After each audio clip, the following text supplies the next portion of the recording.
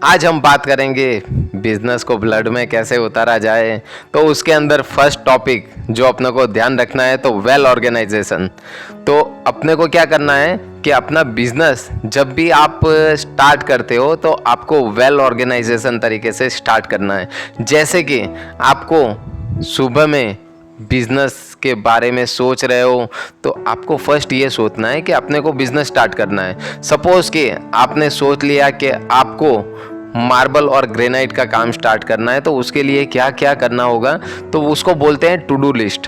तो to do list के अंदर आपको पहले जीएसटी नंबर से पहले जो मार्बल और ग्रेनाइट्स के अंदर वेल ऑर्गेनाइज सीए हो तो उसको पकड़ना पड़ेगा।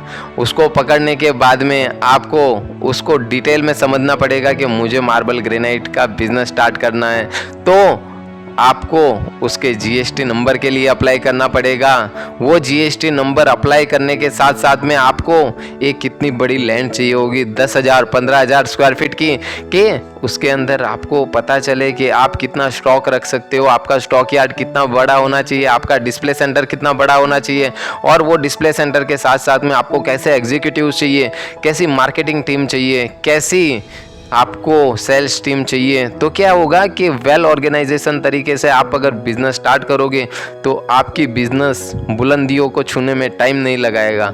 और दोस्तों एक चीज़ आपको बहुत इंपॉर्टेंट रखनी है जीवन के अंदर ध्यान, तो वो है कि टू डू लिस्ट जो आपने बनाई है तो उसको एवरी इवनिंग आपको चेक करनी है कि वो टू डू लिस्ट पूरी हो रही है या नहीं हो रही है, उसमें डिले आ रहा है, रुकावट आ रही है, तो वो रुकावट क्या है। अगर आपकी रुकावट आ रही है तो आप ऐसे मेंटोर से आप सेशन ले सकते हो कि मुझे ये बिज़नेस तो स्टार्ट करना है बट उसके अंदर ये चुनौती, ये रुकावट आ रही है। तो एक जब 10, 15, 20, 50, 100 ऑर्गेनाइजेशन चला रहा होगा, कंपनियां चला रहा होगा, वो आपको अच्छे से मार्गदर्शन दे रहा होगा। और दूसरी सबसे अच्छी बात है कि उसके मार्गदर्शन में उसने जीवन में हजारों ठोकरें खाई होंगी, और वो हजारों ठोकर खाने के बाद में भी वो आपको 1000 ठोकर नहीं खाने देगा। तो बिजनेस के अंदर क्या होता है, स्टार्टिंग के अंदर ब्लड में उतार लेना पड़ता है कि बिजनेस क्या है, ऑर्गेनाइजेशन क्या है और उसको रन कैसे करवानी है, तब जाके आपका बिजनेस स्टार्ट होता है। सेकंड टॉपिक जो अपना बहुत इंपॉर्टेंट है वो है वेल डिटेल्ड रिकॉर्ड। अब क्या होता है कि बिजनेस के अंदर छोटे छोटे डिटेल्स और रिकॉर्ड रखना पड़ेगा कि बिजनेस के अंदर कैसी चुनौतियाँ आ सकती है आपके सामने, और वो चुनौतियों से आपकी क्या रणनीतियाँ बनानी है। आज क्या होता है कि जो भी काम अपन करते हैं, जैसे सुबह से उठना और शाम को सोने के बीच में जो भी एक्टिविटी होती है, तो वो एक्टिविटी अगर सुबह उठने के साथ में अगर लिख के और अपन अपना डे स्टार्ट करते हैं तो अपने को वो पता चल रहा है कि अपने जो अपना जीवन स्टार्ट कर रहे हैं सुबह से लेके शाम तक, तो क्या क्या रणनीतियाँ, क्या चैलेंजेस आपको बिजनेस में फेस कर रहे हैं।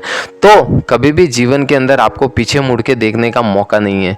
और दोस्तों मैं आपको यही बोलना चाहूँगा, जो इंसान ने बिजनेस में ये 3 गलतियाँ की वो बिजनेस के अंदर कंप्लीट कभी आगे भी नहीं आया है, और वो ऐसा इंसान बन गया है कि जो कभी भी सक्सेस नहीं हो पाया है। तो वो 3 रणनीतियाँ कौन सी है।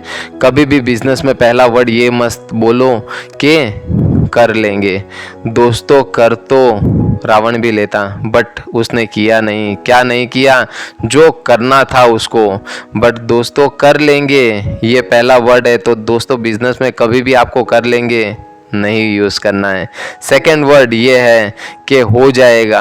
दोस्तों कैसे हो जाएगा, एक चीज़ समझिए, बिजनेस आपका है, आपको चलाना है, आपने सब कुछ कर लिया है, ऑर्गेनाइजेशन बना ली है, सेल्समैन हायर कर लिए हैं, सेल्समैन को पेमेंट स्टार्ट हो गया है, तो दोस्तों कैसे हो जाएगा। सुबह उठ के पहले आपको करना ही होगा, तब होगा। और सबसे आखिरी और कड़वा वर्ड देख लेंगे। तो दोस्तों देखने में तो राजा रजवाड़ों की संपत्ति भी चली गई, तो अपन तो क्या चीज़ हैं दोस्तों। जिसके वहाँ पे धन के घड़े भरे रहते थे, और वहाँ पे धन के घड़े ऐसे थे कि 700 पीढ़ी 700 पीढ़ी भी उनको कमी नहीं आती, तो वैसे राजा रजवाड़ों के भी घर खाली हो गए। तो ये तीसरा वर्ड आपको जीवन में कभी भी नहीं लाना है। क्यों? क्योंकि मैं अपने इंडिया के 130 प्लस करोड़ पॉपुलेशन को सबको सक्सेस होते हुए देखना चाहता हूँ, तो जीवन में मैं बोल सकूँगा कि मेरा भारत आगे बढ़ रहा है, मेरा इंडिया आगे बढ़ रहा है और आसमानी को इस बुलंदियों को छू रहा है कि वो पूरे वर्ल्ड में फेमस हो रहा है। तो हम बात करेंगे बिजनेस को ब्लड में कैसे उतारा जाएगा। थर्ड टॉपिक तो वो है वेल मार्केट कंपटीशन। तो दोस्तों आज मार्केट के अंदर जब कंपटीशन नहीं होगा तो मार्केट के अंदर आगे जाने की चाह, यूनिकनेस कभी नहीं आएगी। तो मार्केट के अंदर कंपटीशंस हो तो आपसे साथ में बड़ी रहेगी, बट वो बड़ी बड़ी कंपटीशन के साथ में आपको थोड़ा थोड़ा यूनिक आइडिया करना है। क्यों?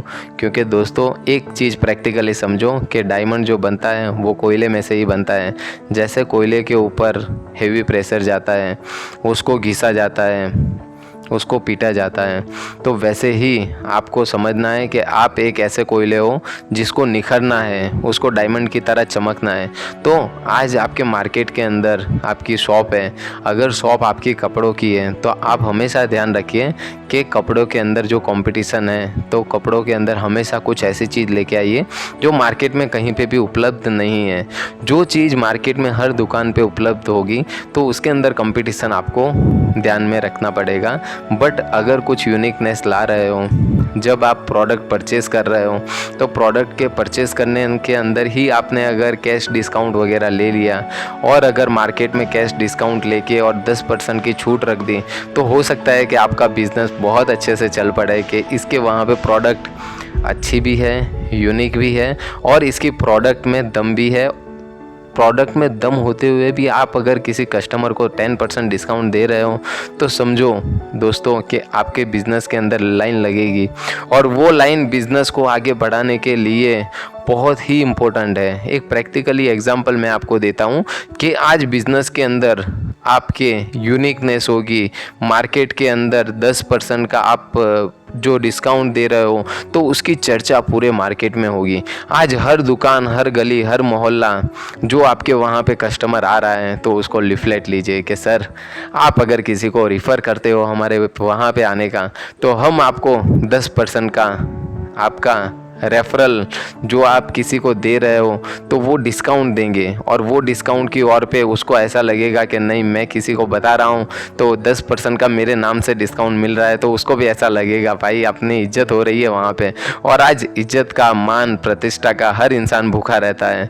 तो मेरी आपसे ये निवेदन है कि हमेशा बिजनेस को, कंपटीशन को इग्नोर मत कीजिए और बिजनेस में कंपटीशन को साथ में ध्यान में रख के ही चलिए, क्योंकि बिज़नेस को कंपटीशन में ध्यान में रख के चलोगे और उसको लड़ने के लिए रणनीतियाँ बनाओगे तभी आपका बिज़नेस बहुत ऊंचाइयों पे पहुंचेगा दोस्तों। Thank you.